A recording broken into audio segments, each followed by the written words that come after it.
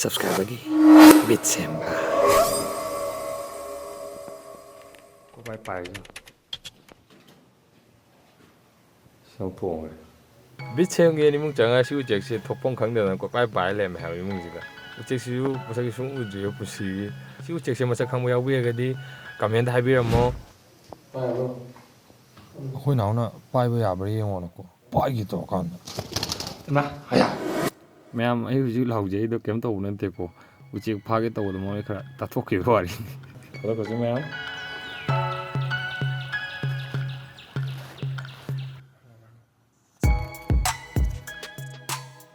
anh ngasi pakai Cadoi ba posisi ki border ko haji ai subscriber border tu na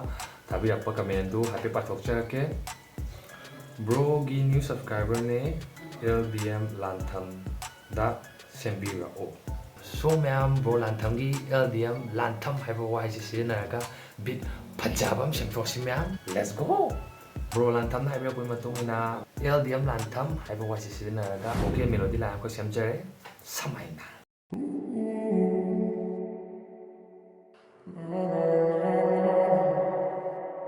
lantam lantam LDM lantam lantam lantam LDM lantam matang si di ma'am drum beat na ma samai semjare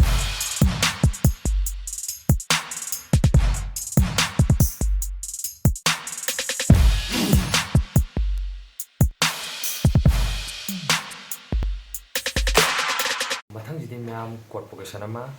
samai semjare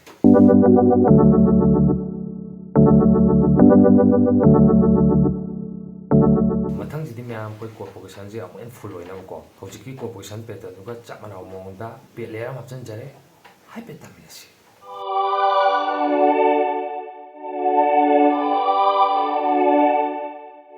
matang jadi ma'am counter melody ma samai ap jan jare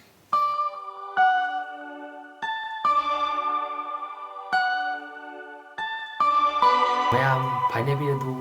ma'am da kho tok jarage ma'am pun tamina si bro LDM lantam na su ta na ready le biro let's hear it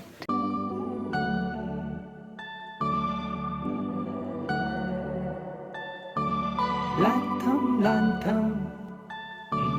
LDM lantam lantam lantam LDM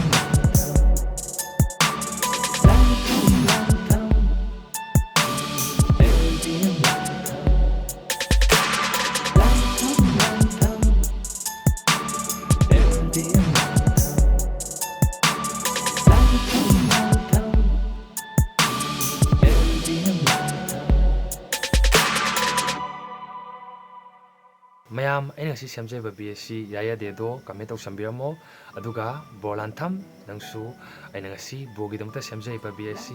yaya de do kame am tok sambiramo so mayam video sin wa begadi like share comment aduga aigi channel sida nong ala piba amadi channel sibu subscribe tok du channel gadi channel sibu subscribe tok sambiramo ngasi gidi bye see you my next episode peace